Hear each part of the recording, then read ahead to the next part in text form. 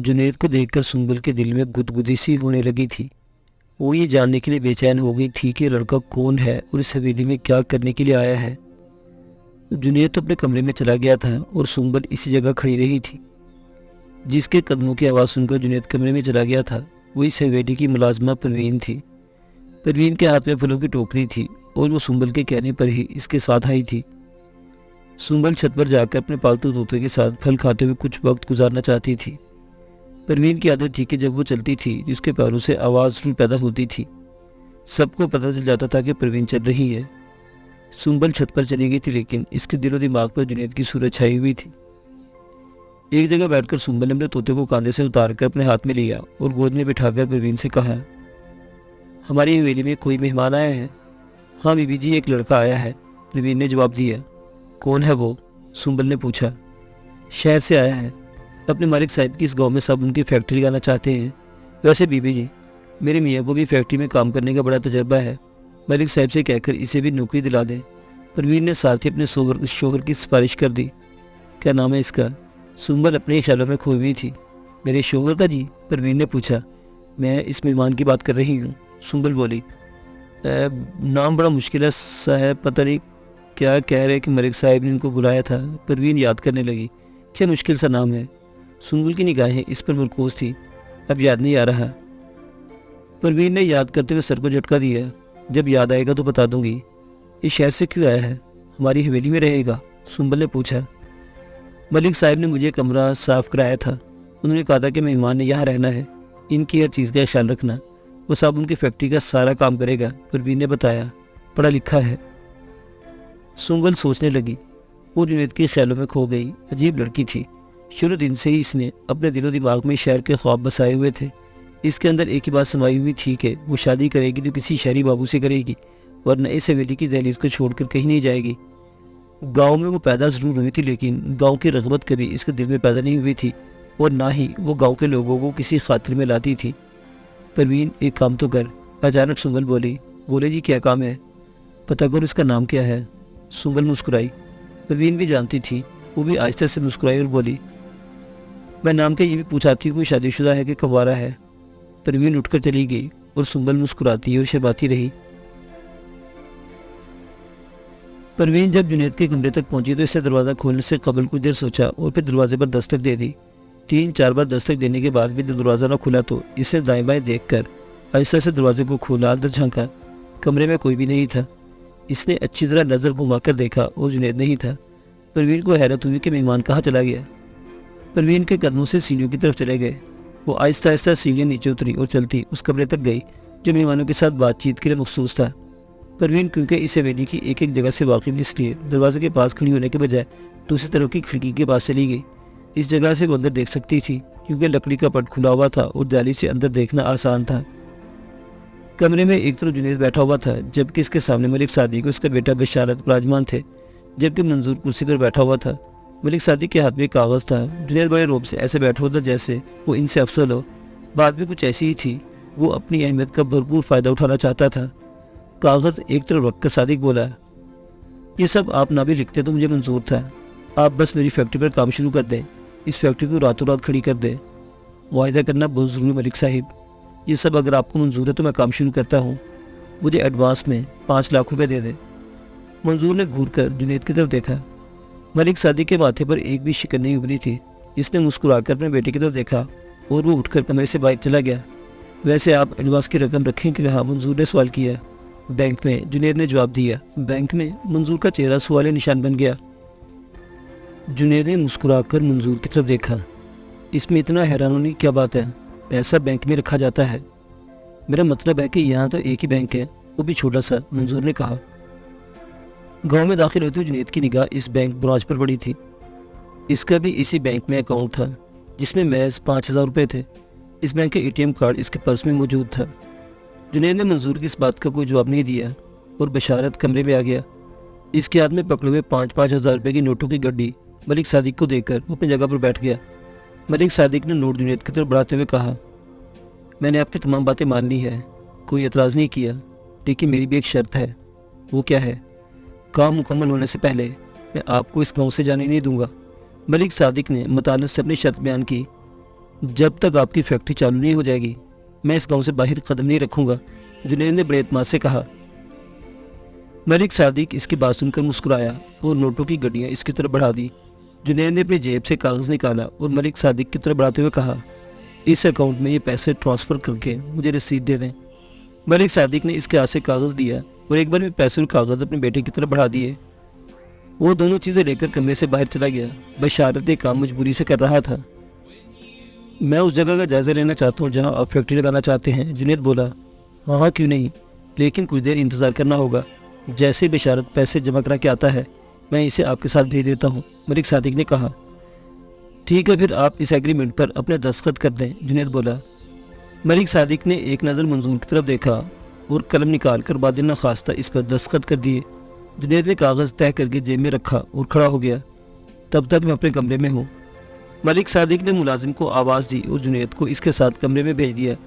इसके जाते ही मलिक सादिक ने तहरीर निगाहों से मंजूर की तरफ देखते हुए कहा, बड़ा नखरा है, लेकिन ये मुझे नहीं जानता, मेरी मजबूरी से फ़ायदा उठाना चाहता है।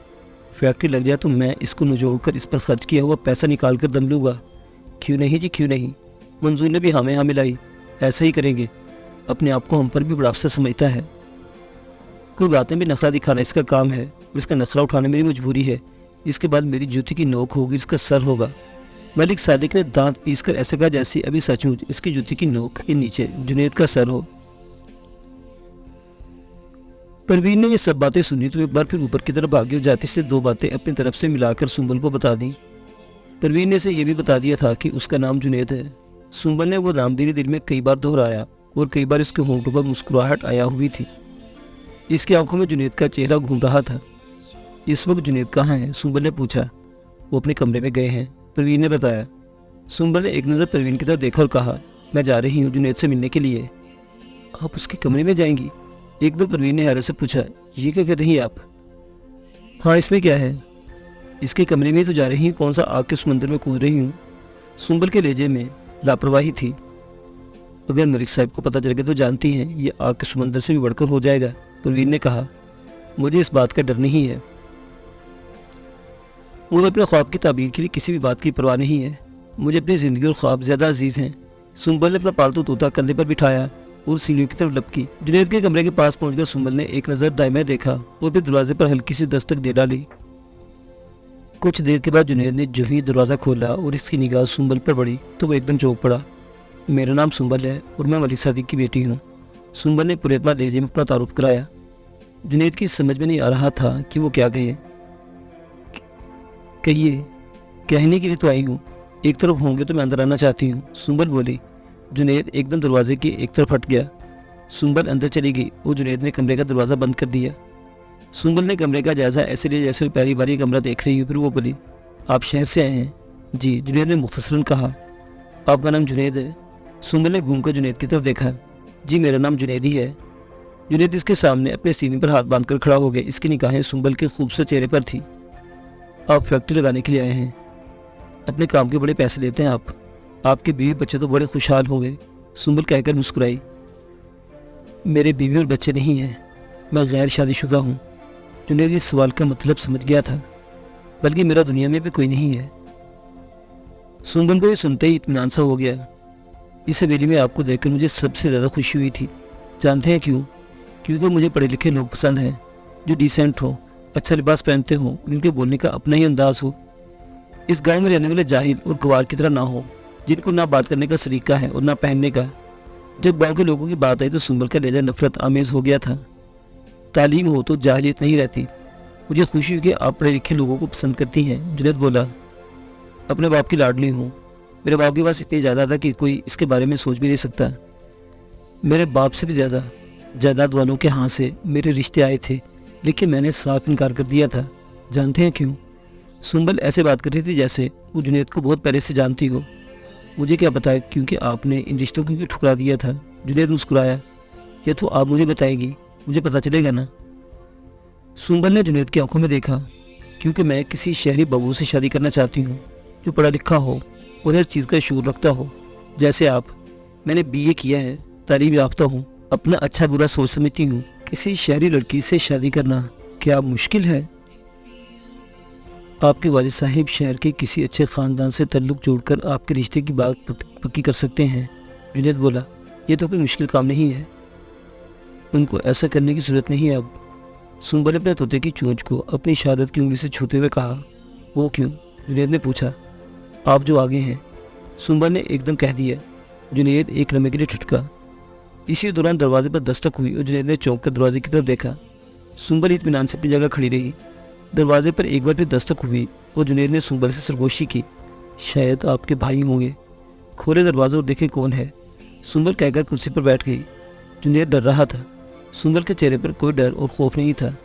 जुनैद की समझ में नहीं आ रहा था कि वो क्या करे। जब तीसरी बार दस्तक हुई तो जुनैद ने आगे बढ़कर थोड़ा सा दरवाज़ा खोला। बाहर बशारत खड़ा था। इसने रसीद इसकी तरफ बढ़ाते हुए कहा, पैसे जमा हो गए हैं। शुक्रिया। जुनैद ने रसीद दे ली। आप ज़मीन देखना चाहते थे? बशारत ने पूछा। हाँ, फैक्ट्री लगाने से पहले जगह का जायज़ा तो लेना पड़ेगा। जुनैद ने कहा। चले मैं आपको ज़मीन दिखा दूँ। बशारत बोला। मैं 10 मिनट तक आता हूँ। मैं यहीं रुकता हूँ। बशारत ने कहा।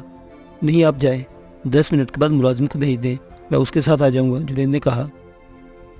बशारत ने इसकी तरफ देखा और बोला, ठीक है। बशारत चला गया। वो जुनैद दरवाज़ा बंद करके अंदर आ गया। सुंबल अपनी जगह इत्मीनान से बैठी तोते के साथ खेल रही थी। इसने मुस्कुराकर जुनैद की तरफ देखा और उठकर इसके पास चली गई। आप डर गए थे? सुंबल मुस्कुराई। मुझे आपकी फ़िक्र थी। जुनैद बोला। मुझे खुद अपनी फ़िक्र नहीं, इसलिए अब यार मेरी फ़िक्र करना छोड़ दें। सुंबल के लहजे में लापरवाही थी। मुझे जाना है।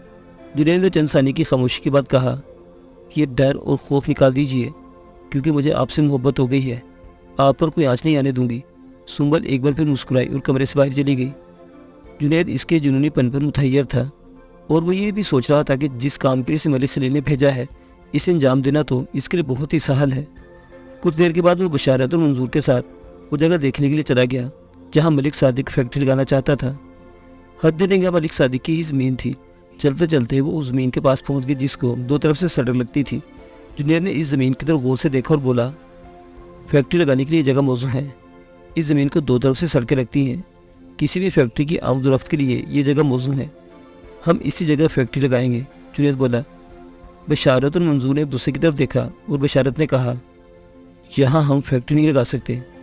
क्यों? इस जगह में क्या कवाहत है? जुनैद ने सवाली नज़र से देखा। ये जगह तो बहुत ही अच्छी है, क्योंकि ये जगह हमारी नहीं, इस जगह का मालिक और है, इसलिए हम यह फैक्ट्री नहीं खड़ी कर सकते। बशारत ने वजाहत की।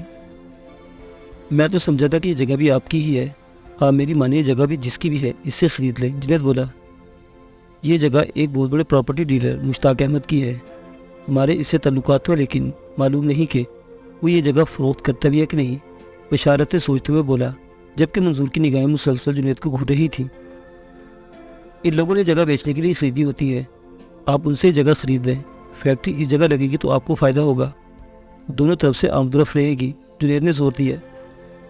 बशारत ने एक बार फिर मंजूर की तरफ देखा और बोला, ठीक है, उनसे बात कर लेते हैं। लेकिन मलिक साहिब, जब हमारे पास इतनी जगह है तो हमें पैसे और खर्च करने की क्या ज़रूरत है? मंजूर बोल पड़ा। पैसा है, खर्च कर देंगे, फैक्ट्री अच्छी जगह लगनी चाहिए। बशारत मुस्कुराया। इसके लहजे में तमकुनत थी। ये हुई कारोबार लोगों जैसी बात। गाड़ी निकाली और चले इनके पास। सोने की चिड़िया नज़र आ जाए तो शिकार करने में देर नहीं करनी चाहिए। जुनैद ने कहा। यह बात भी खूब है। अच्छा भाई, चलो अब्बा जी से मशवरा करके चलते हैं। बशारत इसकी बात सुनकर मुस्कुराया और तीनों वापस चल पड़े, जबकि मंजूर चोर नज़रों से जुनैद की तरफ ऐसे देख रहा था जैसे वो अभी इसे खा जाएगा। हमें जाते जैसे ही मंजूर को मौका मिला, इसने जुनैद का बाजू पकड़कर अपने खींचा और कहा, तुम यहाँ सचमुच की फैक्ट्री लगाने के लिए नहीं आए हो, जो काम करने के लिए आए हो वो करो। जुनैद ने बड़े आराम से इससे अपना बाजू छुड़ाया, मुस्कुराकर बोला, काम ऐसे ही होते हैं। जब तक मेरा एतमाद इनके दिलों में नहीं बैठेगा तब तक मैं कोई और कील कैसे रचा सकता हूँ। पहले मुझे इनके दिल जीतने हैं, दूसरा काम करना तो मेरे लिए मुश्किल ही नहीं है। दिल जीतने का ये तरीका लंबा है, बस एक आध दिन में तुम इनकी इज्जत को इस हवेली की दहलीज पार करा के ले जाओ। मंजूर ने कहा। अब इतने जल्दबाज क्यों हैं? जुनैद बोला। तुम पटली से उतर रहे हो। मंजूर ने गहरो निगाहों से देखा। याद रखो, हमको ठीक करना भी आता है। मंजूर साहिब, जब तक मैं इस हवेली में नहीं आया था तो मेरे दिल में कुछ और ही ख्यालात थे, लेकिन मुझे ये सब आसान मालूम भी हो रहा है और फ़ायदा बख्श भी। मेरे साथ ऊंच नीच की तो मैं हकीकत खोल दूंगा, इसलिए मुझे ये खेल इत्मीनान से खेलने दो।